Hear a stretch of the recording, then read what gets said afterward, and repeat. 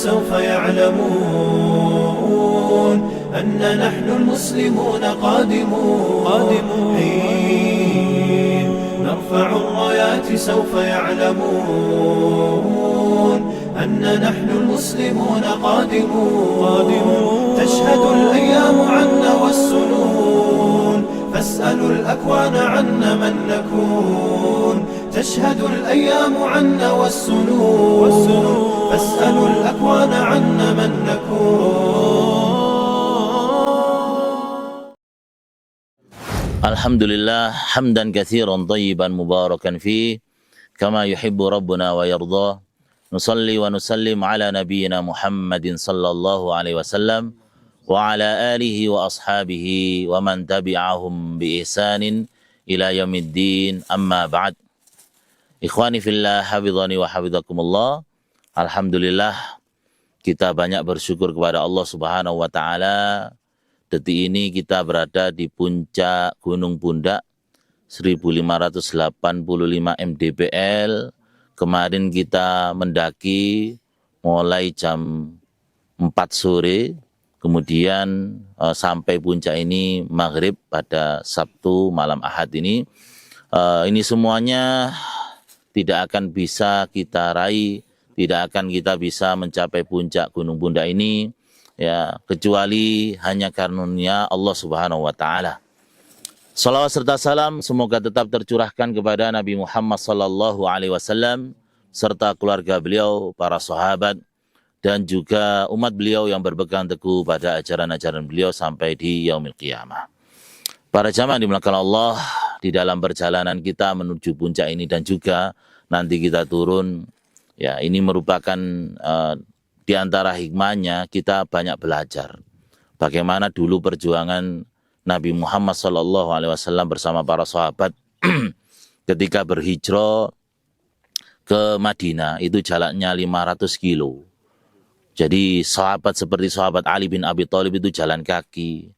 Ummu Aiman radhiyallahu anha itu jalan kaki. Ummu Aiman ini sampai di tengah perjalanan itu dikasih timba dari langit itu. Beliau karena puasa, kehausan, ya, kemudian waktunya berbuka, kadang beliau ini ahli puasa, itu turun, ya, air dari langit. Dan betapa, bayangkan zaman itu dengan medan yang, ya, gurun pasir, yang panas, jarak 500 kilo, jalan kaki sebagian sahabat, sebagian berkendara, ya, tentunya kita napak tilas, ya, seperti itu perjuangan.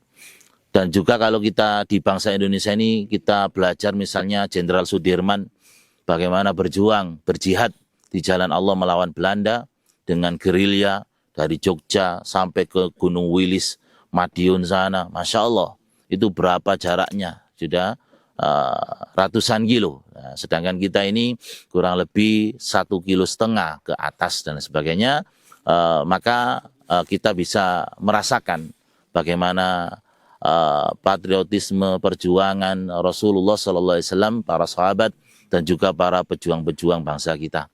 Semoga kita bisa meneladani mereka, mengambil hikmah, dan ini juga sebagai persiapan fisik kita, ya, apabila suatu saat dibutuhkan, sehingga kita pernah mengalami medan-medan yang berat sehingga tidak kaget, sebagaimana diperintahkan oleh Allah, wa a'iddu lakum mastata'tum minar ribat, ya. Jadi siapkan diri kalian semampu kalian untuk apa? Untuk persiapan apabila medan jihad dibuka oleh Allah Subhanahu wa taala. Baik para jamaah dimuliakan Allah, ikhwani fillah, hafizani wa hafizakumullah, sebagaimana yang kita sampaikan pada flyer, insyaallah kajian kita di pagi hari ini adalah kita membahas tentang 10 mitos di kalangan pendaki. Mitos itu menurut bahasa Indonesia, Kamus Besar Bahasa Indonesia, adalah cerita suatu bangsa tentang dewa dan pahlawan zaman dahulu yang mengandung penafsiran tentang asal-usul semesta alam, manusia, dan bangsa tersebut mengandung arti mendalam yang diungkapkan dengan cara gaib. Ya, dan mitos-mitos yang berkembang di kalangan kita itu macam-macam banyak, ya. Kalau dari bahasa agama, istilah mitos ini lebih dekat ke istilah khurafat, ya. Khurafat. Ya, apa itu khurafat? Ya, yakni al-khurafah hiya al-i'tiqad awil fikrati al-qa'imatu ala mujarradi takhayyalat duna wujudi sababi aqli atau mantiki mabni ala ilmi wal ma'rifah. Khurafat itu adalah keyakinan, i'tiqad, ya, atau cara berpikir yang dibangun di atas takhayul semata, khayalan semata, tanpa disertai ada sebab yang masuk akal atau penalaran yang bertumbuh pada ilmu dan pengetahuan. Ya, jadi itu khurafat, ya. Dan mitos-mitos yang beredar di kalangan-kalangan komunitas pasti ada, termasuk di kalangan komunitas-komunitas pendaki. Ya. Apa mitos-mitos itu? Di antara yang sering, ya, kalau kita lihat juga di channel-channel yang menghadirkan tentang cerita-cerita pendakian, ya, di antaranya pertama tentang hantu pendaki. Jadi ada mitos bahwasannya beberapa pendaki yang meninggal di dalam sebuah perjalanan pendakian itu kadang menjadi hantu. Nah, bahkan ada yang ceritanya menemani sampai puncak, ternyata orangnya sudah meninggal. Ya. Lalu bagaimana ini menurut Islam? Para jamaah dimuliakan Allah Subhanahu wa taala. Di dalam Islam, orang yang sudah meninggal itu tidak akan bisa untuk di dunia. Alamnya sudah beda. Ya, kadang akan orang yang tertabrak di perempatan menghantui di perempatan tersebut. Ya, orang yang bunuh diri jadi kuntilanak dan lain sebagainya. Maka itu tidak dalam Islam. Ya, ruh yang sudah meninggal di dalam Islam ini alamnya di alam barzah. Barzah itu artinya apa? Barzah itu artinya dinding, pembatas antara dunia dan akhirat. Dan dia tidak akan sibuk di dunia lagi. Ya, nggak koper untuk menghantui lagi. Apakah mengajukan cuti ke malaikat mungkar nakir? Jadi tidak ada di dalam Islam itu. Allah Subhanahu wa taala berfirman di dalam surat Al-Mu'minun ayat 99 sampai 100. A'udzubillahi minasyaitonir rajim. Hatta idza jaa ahadakumul maut qala rabbirji'uni la'alli a'malu salihan fima taraktu. Kalla innaha kalimatun huwa qailuha wa min waraihim barzakhun ila yaumi yub'atsun. Hatta idza jaa ahaduhumul maut. Tatkala, ya, datang kepada mereka itu al-maut, mereka mati, dijemput ajal. Qala rabbirji'un. Mereka itu, ya, berkata, minta pada Allah, ya Allah kembalikan kami ke dunia. Jadi orang yang mati itu minta dikembalikan ke dunia. Untuk apa? La'ali a'malu sholihan fima tarak. Agar aku bisa memperbaiki amal soleh yang telah aku tinggalkan. Agar aku bisa beramal soleh di dunia. Ya. Tapi apa kata Allah? Kalla innaha kalimatun huwa qailuha. Sekali-kali tidak. Sesungguhnya itu adalah perkataan yang mereka ucapkan saja. Ya, andaikan mereka dikembalikan ke dunia, mereka kembali seperti semula, tidak akan memperbanyak amal soleh. Ya, jadi tidak dikembalikan, tidak kembali ke dunia. Jadi nggak akan koper hantu. Ya, artinya pendaki yang meninggal kemudian menjadi hantu di dunia berkeliaran di gunung tersebut dan mengganggu orang-orang yang mendaki, mendampingi dan lain sebagainya. Itu menurut agama Islam tidak ada. Dan Allah kemudian menjelaskan wa min waraihim barzakhun ila yaumi yub'atsun, dan di hadapan mereka ada barzakh, pembatas sampai hari mereka dibangkitkan. Jadi tidak ada. Loh Ustaz, lah itu siapa itu? Oh, mirip dengan tas yang digunakan, dengan jaket yang dipakai, dengan ciri orang yang seperti yang meninggal itu. Maka ketahuilah, ya, di antara bangsa-bangsa di samping manusia ada makhluk lain, ada di antaranya jin.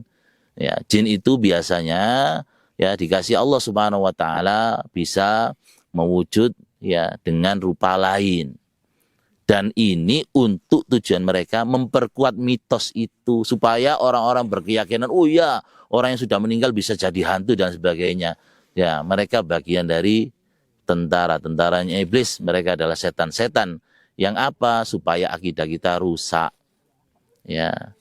Kalau kita orang Islam percaya pada Al-Quran, Al-Quran mengatakan orang yang sudah mati ada pembatasnya, ya selesai, tidak bisa kembali ke dunia, selesai. Mereka di mana? Di alam barzah. Taib. Mitos yang kedua para jamaah dimana Allah Subhanahu wa taala adalah anggapan sial. Ya, ini ada ya. Anggapan sial jika mendaki jumlahnya apa? Ganjil. Ya, sebagian juga jika mendaki pakai pakaian warna apa? Merah. Ya, ada yang hijau dan lain sebagainya. Ya. Dan anggapan sial ini ya wah, kalau jumlah rombongannya 3, kadang ada yang menyarankan ditambah 1 tambah potong kati supaya genap. Ya. Dan ini banyak sampai orang-orang modern pun yang mereka itu katanya rasionalis juga tidak rasionalis. Biasanya apa? Angka 13 nggak berani.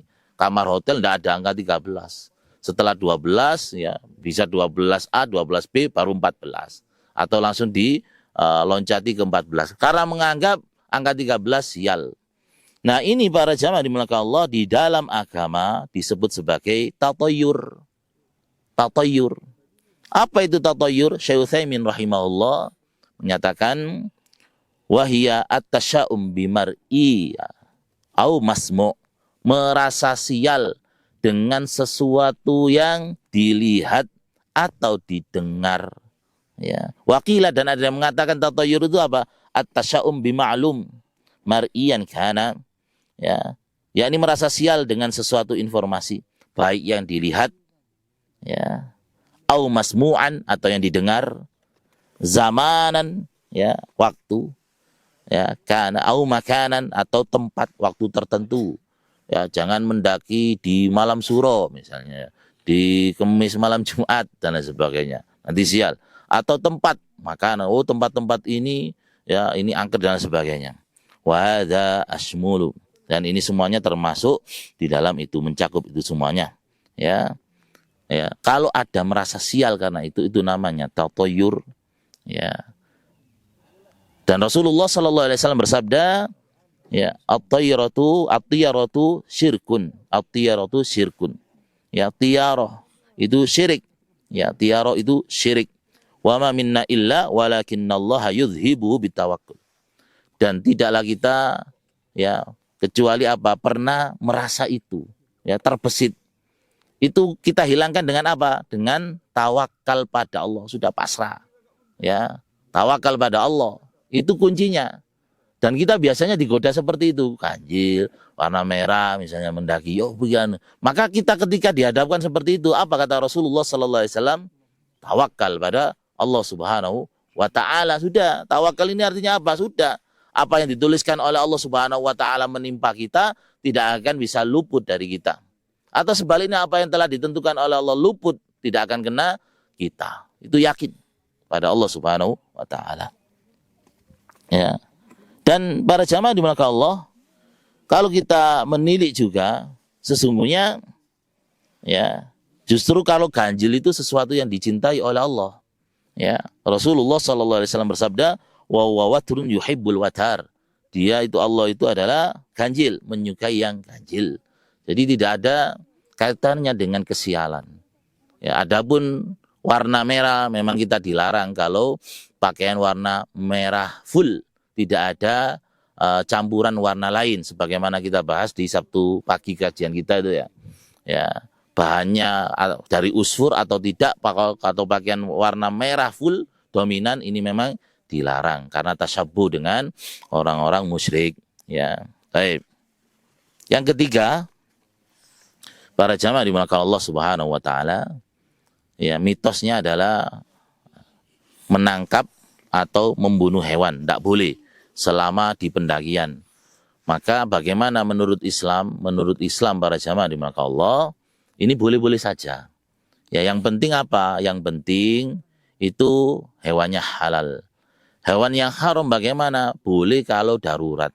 Artinya misalnya suatu pendaki tersesat ya. Kalau tidak, karena bekalnya habis, kalau tidak makan ini akan mati, maka boleh apapun hewan yang ditemui kemudian dibunuh. Ya, ghairu baghin, tapi tidak berlebihan. Jadi secukupnya untuk ya bertahan hidup, bukan menikmati. Waduh, dibuangan sing wake warak menikmati, enggak, cukup ketika lapar ya dan ini butuh asupan lagi maka boleh. Ya. Adapun memang kalau malam dan ya memang harus hati-hati, terkadang ya ada perwujudan dari bangsa jin itu bisa mewujudkan dengan hewan-hewan tertentu. Makanya kita mengusir dulu. Kalau tidak pindah baru mereka adalah bangsa jin yang kita hindari untuk membunuh mereka. Mitos yang keempat adalah wanita haid dilarang mendaki. Ya, wanita haid dilarang mendaki. Para jamaah dimuliakan Allah Subhanahu wa taala, bagaimana di dalam Islam? Ya, sebenarnya tidak ada larangan khusus wanita haid itu dilarang mendaki. Wanita haid itu dilarang 4 hal. 1 sholat, 2 puasa, 3 jima, 4 tawaf. Di situ di dalam Islam ya. Ya, tidak ada larangan khusus ketika haid tidak boleh mendaki. Ya. Cuma di dalam Islam itu ya tidak disarankan perempuan itu mendaki. Karena Allah Subhanahu wa taala berfirman, perempuan itu suruh di rumah. Ya, bukan keliaran. Allah berfirman di dalam surat Al-Ahzab ayat 33, wa qarna fi buyutikunna wa la tabarrajna tabarrujal jahiliyatil ula. Dan kalian para wanita hendaklah apa? Tetap di rumahmu. Dan jangan kamu berhias ya bertingkah laku seperti orang-orang zaman dahulu. Ya, yang mereka tidak ada batasan laki-laki perempuan, ikhtilat campur, padahal bukan mahram, padahal bukan suami istri. Ya, ini yang dilarang, bukan yang haid. Yang haid itu sebenarnya ya tidak ada larangan mendaki, cuma ya itu tadi perempuan ini ya jangan begitakan, jangan ya keluar rumah sampai mereka bukan mahramnya mendaki, masya Allah. Ya, itu yang dilarang. Ya. Dan kenapa ya yang misalnya kadang orang haid ini banyak gangguan? Memang haid kan tidak suci. Kemudian secara psikologis wanita haid itu juga lebih labil psikologinya, ya sering diganggu jin ya, itu kalau terkait dengan kadang gangguan-gangguan terhadap wanita haid. Kemudian para jamaah dimuliakan Allah ya, tentang yang kelima mitosnya adalah larangan buang air kecil ya di gunung. Beberapa gunung dianggap tanahnya tidak boleh dikencingi, seperti Gunung Cinemai ya, tidak boleh dikencingi. Ini tidak, ini salah ya. Cuma memang beberapa kejadian setelah kencing ini diganggu jin ya. Ono sing setelah kencing itu moro disentil jin abu ya, ono itu ya, ono kemudian ya memang kadang itu yang kencing sembarangan, tidak tahu adab-adab kencing, sehingga apa kemudian, sehingga kadang kena jin, yang dikencingi jin bisa terjadi sehingga ganggu. Makanya di dalam Islam kita diajarkan adab-adab kencing. Yang pertama apa? Karena lokasi mendaki biasanya ini terbuka. Adab pertama itu kalau kencing menjauh dari pandangan manusia. Golek sing gak ketok semak belukar ya. Ya, sebagaimana sabda Rasulullah, kharajna ma'a Rasulillah sallallahu alaihi wasallam fi safar. Kami pernah keluar bersama Rasulullah sallallahu alaihi wasallam di safar. Ya. Wa kana Rasulullah sallallahu alaihi wasallam la ya'til barras hatta yataghayyaba fala yura. Dan Rasulullah itu tidaklah menunaikan hajatnya sampai beliau pergi sebuah tempat yang tidak terlihat. Jadi kalau buang hajat, ya kencing atau BAB, sunnahnya, adabnya adalah menjauh dari pandangan orang-orang. Yang kedua, ya supaya kita kencingnya ini tidak diganggu oleh jin, nggak kena jin sehingga jadi gangguan, ya adalah membaca Bismillah atau doa kencing. Ya, karena Rasulullah SAW bersabda, satru ma baina a'yunil jin wa aurati bani Adam idza dakhala ahaduhumul khala ay yaqula bismillah. Ya, penutup ya mata jin dengan Bani Adam ketika mereka masuk ke tempat buang hajat adalah dia mengucapkan bismillah supaya gak diintip jin ya. Ketika bismillah ini berarti apa? Allah membuat jin-jin ini kemudian pergi dari tempat tersebut. Atau berdoa dengan a'udzu billahi minal khubuthi wal khaba'is.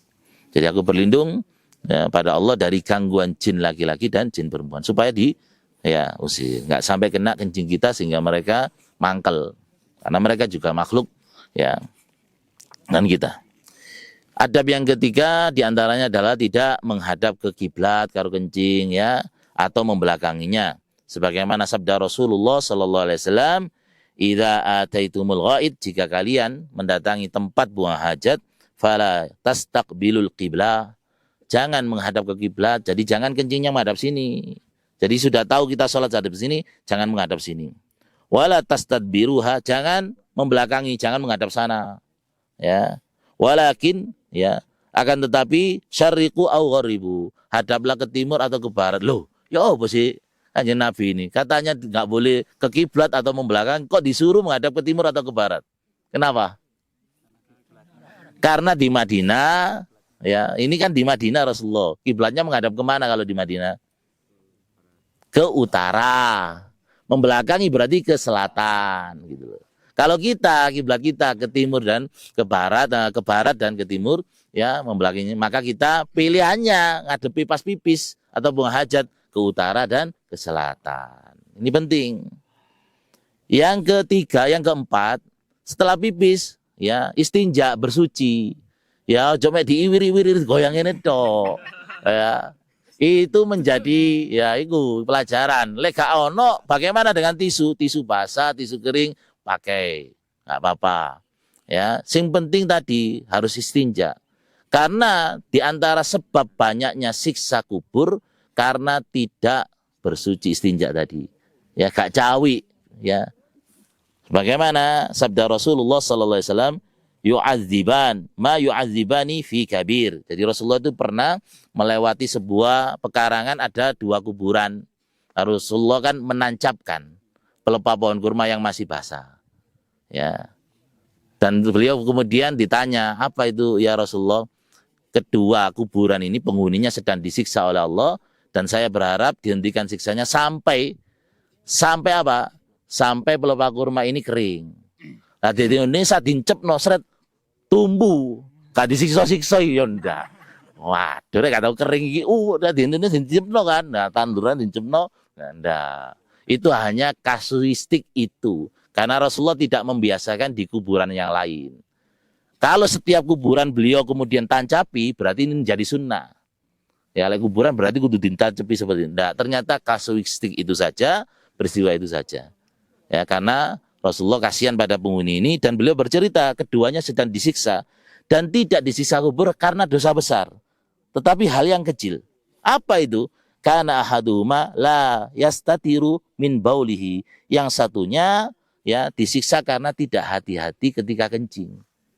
Ya, jaran ngadeg ngoyo wis enak jaran. Ya, kadang wong ngocek ku pinggir rembang, Masya Allah ngadep kiblat ngocur. Ya ini ya, ya. Wa kana al-akhar yamshi bin namimah, yang satunya disiksa karena apa? Namimah, tukang adu domba. Baik.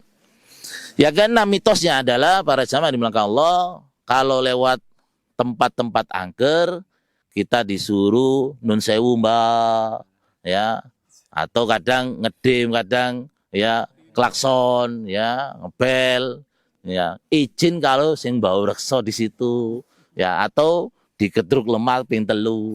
Maka ini para jamaah dimulakan Allah, ya, itu bentuk kita ini mengakui kekuasaan mereka, padahal ya kekuasaan milik Allah Subhanahu wa taala atas suatu daerah dimanapun tempatnya itu milik Allah.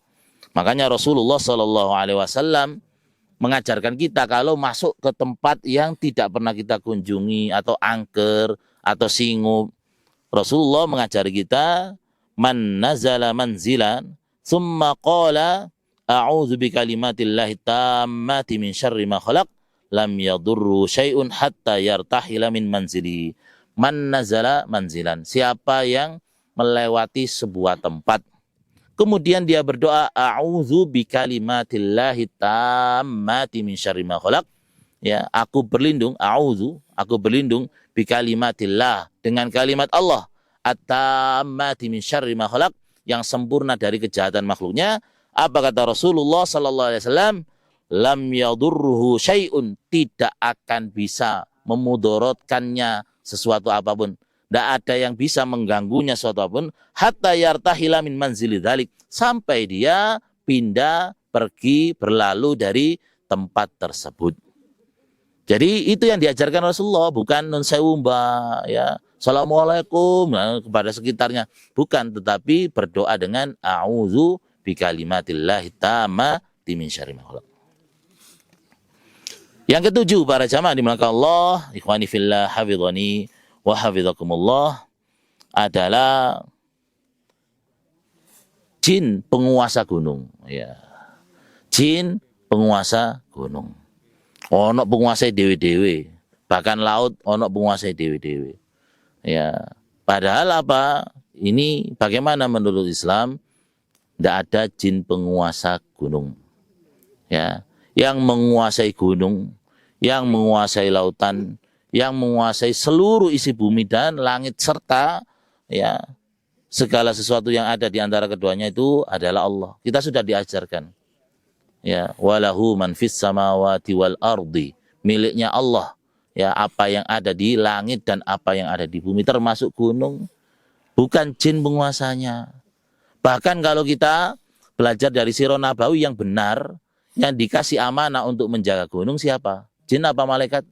Malaikat itu yang benar. Jadi ini mitos. Ya, jangan dianggap benar seperti itu sehingga kita membesar-besarkan jin.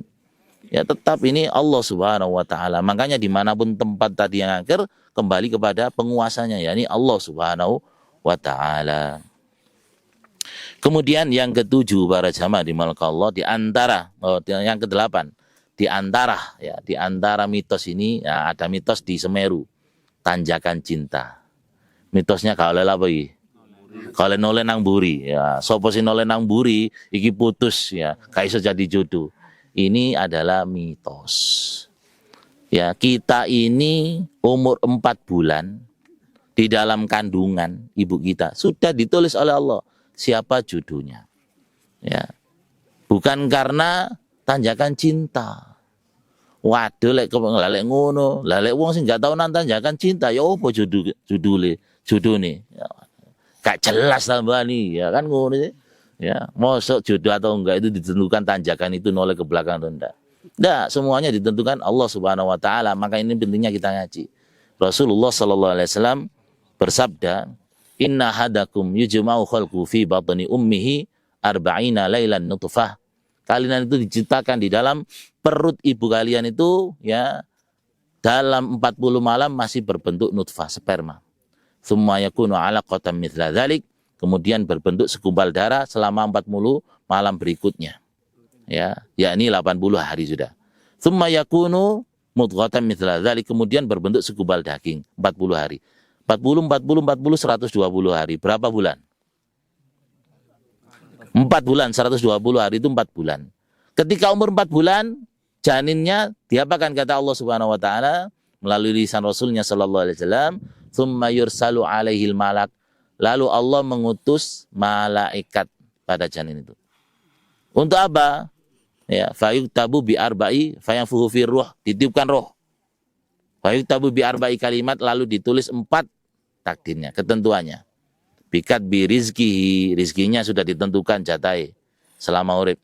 Ya, bikat bi rizkihi. Wa ajali ajalnya, wa amalihi bekerjanya, wa saqin au sa'idun, hidup susah senangnya. Termasuk di sini adalah ketemu dengan jodohnya. Yang ke-9, para jamaah dimulakan Allah, mitosnya adalah pasar setan. Nah, pasar setan. Kita tidak memungkiri bangsa jin itu seperti manusia, mereka punya pasar sama.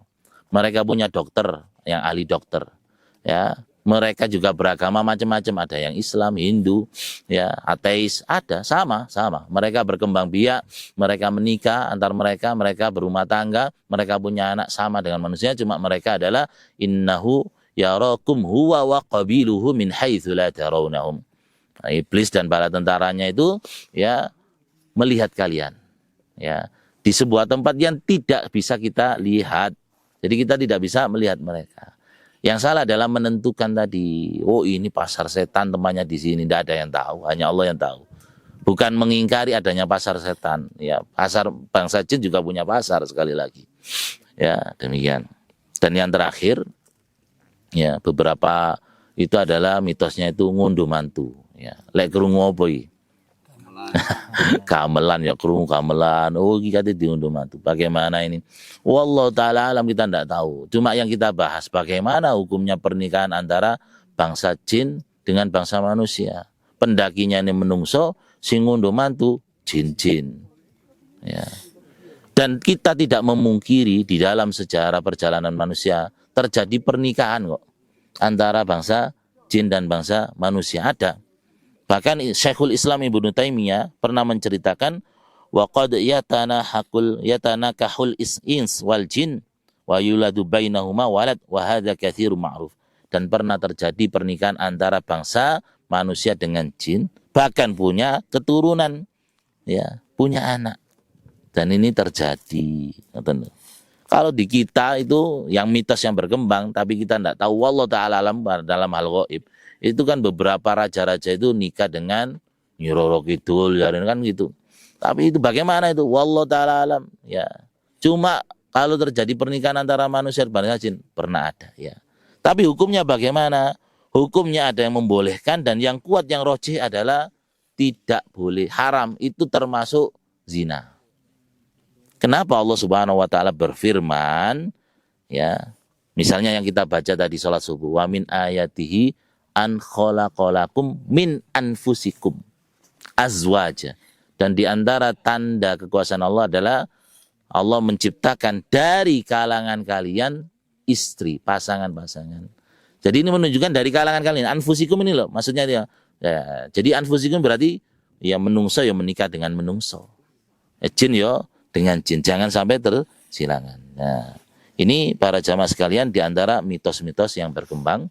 Saya ringkas agak cepat ya, karena supaya kita bisa konsentrasi, bisa tersampaikan semuanya. Jadi itu mitos yang berkembang dan bagaimana menurut pandangan Islam. Wallahu ta'ala alam. Sampai sini dulu sebelum kita akhiri. Ada yang ditanyakan? Atau mitos-mitos yang lain yang belum tersampaikan? Biasanya banyak-banyak. Insya Allah seputar itulah kalau kita mendaki ya. Insya Allah seputar itu. Ya, pada intinya kita tidak memungkiri ada makhluk-makhluk lain, dan cirinya orang beriman itu termasuk beriman pada hal yang gaib. Ya, ada makhluk-makhluk gaib, ada alam-alam gaib, kita beriman. Cuma tidak sampai menjadikan mereka sebagai sesembahan selain Allah Subhanahu wa taala. Semoga ini bermanfaat bagi kita semuanya. Sekali lagi, dengan mendaki ini kita juga nampak tilas ya perjuangan Rasulullah SAW dan para sahabat, terutama ketika para sahabat juga itu berhijrah. Kita nampak tilas perjuangan pahlawan-pahlawan bangsa ketika mereka juga nampak tilas. Mungkin kita ada cerita, ya misalnya saya diceritain mbah-mbah saya itu, ya dulu itu pernah membunuh Belanda, lalu dikejar-kejar, melarikan diri, itu lewat gunung, lewat Retes gitu, lewat Welirang, turun ke Batu, ya itu melarikan diri. Kemudian lewat Gunung Anjasmoro, lari lagi turun ke Jombang. Itu ceritanya. Bayangkan zaman itu ya, zaman itu dengan fasilitas mendaki yang tidak ada seperti sekarang. Ya, oleh karena itulah itu di antara hikmah kita. Kemudian kita juga belajar tentang bagaimana mitos-mitos itu dan pandangannya dalam Islam. Semoga Allah Subhanahu wa taala memberikan kita ilmu yang manfaat, kita dikasih keselamatan sampai turun, sampai pulang ke rumah, dan kegiatan kita ini benar-benar tidak hanya sekedar main-main, tetapi hal yang bermanfaat menurut agama. Kita dikasih istiqomah dan kita diwafatkan semuanya dalam keadaan husnul khotimah. Amin ya rabbal alamin. Subhanakallahumma wa bihamdika asyhadu an la ilaha illa anta astaghfiruka wa atubu ilaik. Wa sallallahu ala nabiyyina Muhammadin sallallahu alaihi wasallam tasliman katsira. Wa akhiru da'wana alhamdulillahi rabbil alamin. Assalamualaikum warahmatullahi wabarakatuh.